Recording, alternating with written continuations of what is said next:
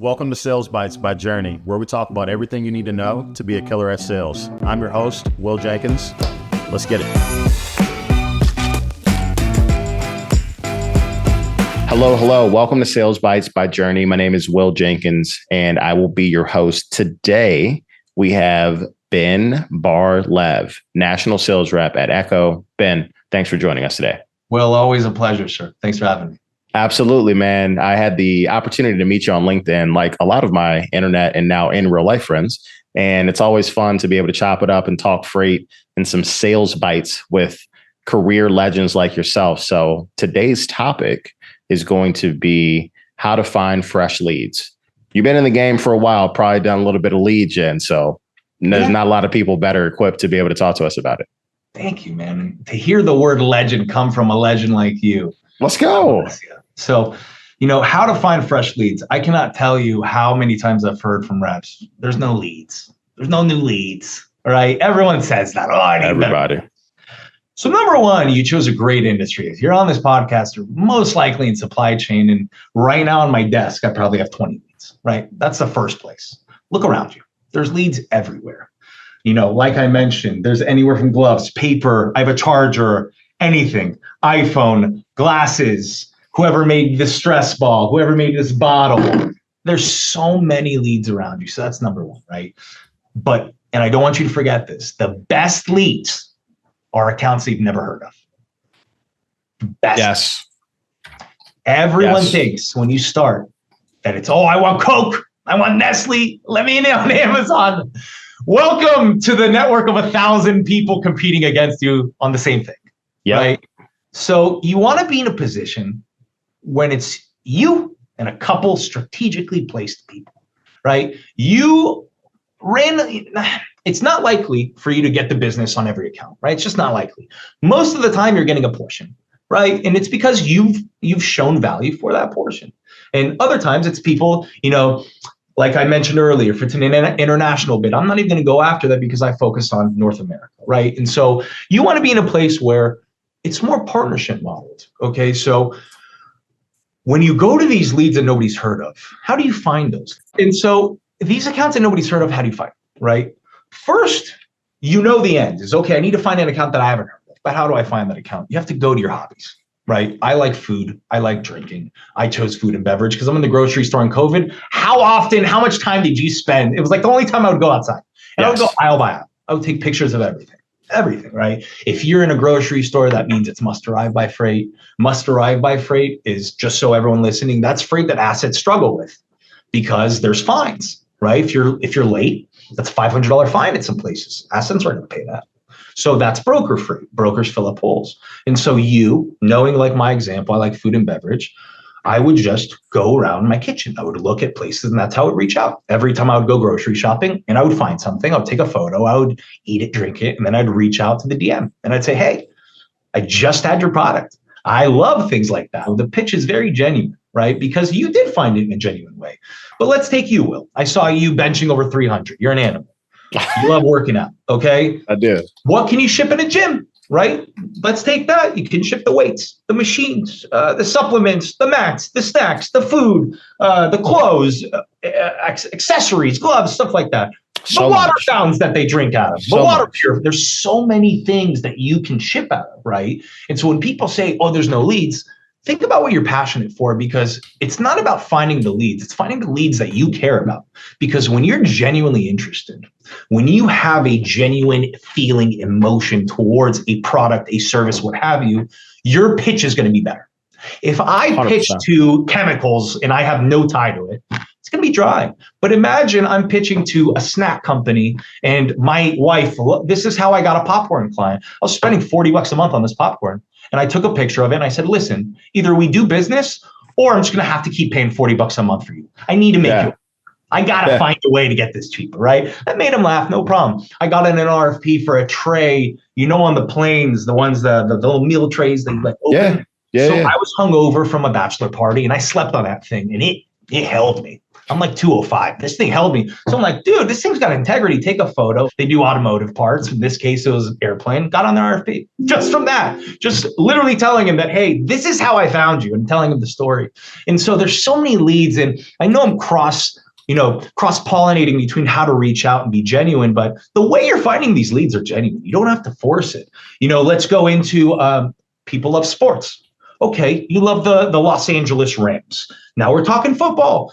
The footballs, the jerseys, the memorabilia, the souvenirs, the food that they're shipping there, the people that do the grass, the people that do the cleaning supplies in the bathrooms.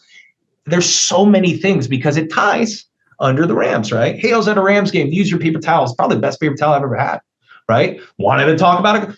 It could just be like that. People think that freight has to be so dry. It can be genuine as well, right? There's so many leads around us. You will. No, I took some notes that are interesting to me. So one of my one of the best reps I've ever worked with would have leads that they would close every month that no one ever heard of. And I'm like, yo, who is this company? And it would always be good business, very consistent. Margins would be healthy. It would be very just long-standing relationships that didn't go anywhere. Yeah. And I'm like, man, this dude's got it figured out because they're not battling a bunch of people for the opportunity, but it's outside of the box thinking. Hey, what do I know? Where are opportunities? Where can I go and be a little bit more specialized, a little bit more niche? And never failed. It's so interesting to watch. It's the companies, like I said, and just how you exemplified it. It's the people, because think about California. I'm in California right now. There are shippers in City of Industry, Vernon, whomever, Pico Rivera. They get 20 people a week, if not a day. All right. That just clouds their mind when they're talking to partners because they're like, man, if this partner pisses me off at any time, I'll just replace him. Right. Yeah. Whereas there's people in Sheboygan, Wisconsin, or not even that. There's companies in Orange County like Fullerton and like smaller little residential areas that do have warehouses. People don't call on them. And so when there's less competition, there's more time to build partnership. Right. Yep. To your point, less shopping. How great is it to see that rep grow every year? And that's something with my book. I've been here 11 years and a lot of my books follow me. And, a quote that I can give you or a tidbit is you don't want one contact per account. You want at least 3 people because everyone knows. That one person leaves, there goes your entire relationship. Now you have to start square one with somebody that doesn't know you, right? Yes. So that's why I love freight. And that's why I love the Academy. That's why I love Sales Bites. It's because no matter if you're Sherman, if you're somebody on the fleet side, we're working with the same kind of people, the same kind of issues. Everything's a big circle, and we're all So I don't want to derail the how to find leads topic, but we work with clients on how to build their books of business and coach their teams on how to grow and develop. And one of the fundamental things we talk about is always having at least 3 people that you're selling to, regardless of where your sales opportunity is. Because if someone exits that business, you do not want that business to exit with that person. You can use that relationship in the future. They go somewhere else and they recommend you get in there. But man, you don't want that person to leave and your RFP to be kibosh, your spot freight to be gone. You got to be selling. That's a whole nother tangent, but big piece of how we teach a lot of reps how to sell. It's important. And on that thought, one contact that you should have and that you already talked to is accounting. That's one contact, no matter what, you need them in your corner. I got to get paid. Like, what are we doing? You got to get paid. And I've had it happen twice, smaller companies that the logistics person left. And guess who took over logistics? Accounting. Because it's a small multi-hat thing. And so to your point, it doesn't matter what role they play. When I go visit clients, I eat lunch with them. I don't take out the logistics people. I bring in whomever. You touch freight. Were you in the office today? Were you cleaning it? I don't care. Come in, right? Yeah. Everyone is part of the team, whether it's on my side or your side.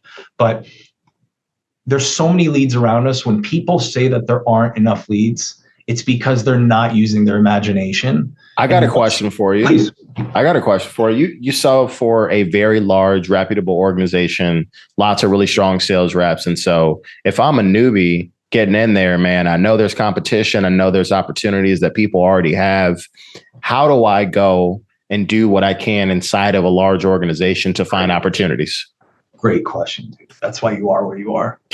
So if I'm a new person, right? Echo's got hundreds and hundreds of sales reps. How do I find?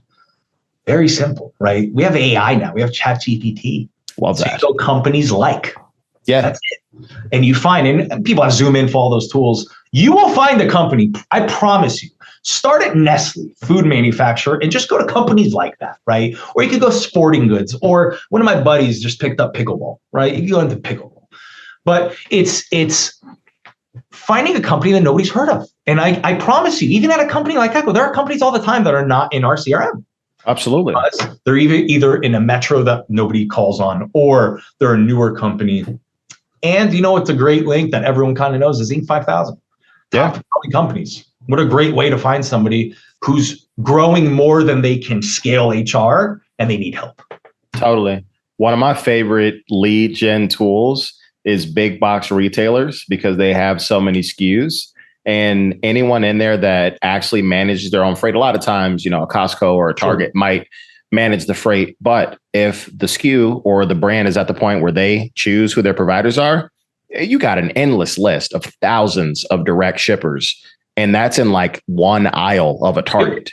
Yep. 100%, man. And I mean, another thing too is it's not even just going to like the Costco's or what have you, but like there's so many companies, like there's so many ways to find leads. Another way is go to your active shippers, just look at a map. Old school reps go door to door. Nowadays, just look at a map and be like, I ship with the person next door to you. Like there's so many ways to find leads. That's why it bothers me when people are like there's no leads, because I'm like, you're not thinking correctly.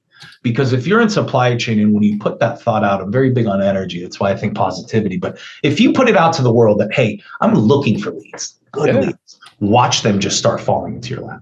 Totally, man. We could go all day about that because I think very similarly. But if you're willing to get, you know, a little crafty and figure out how to look under some stones that other people aren't looking, there's a lot of opportunities.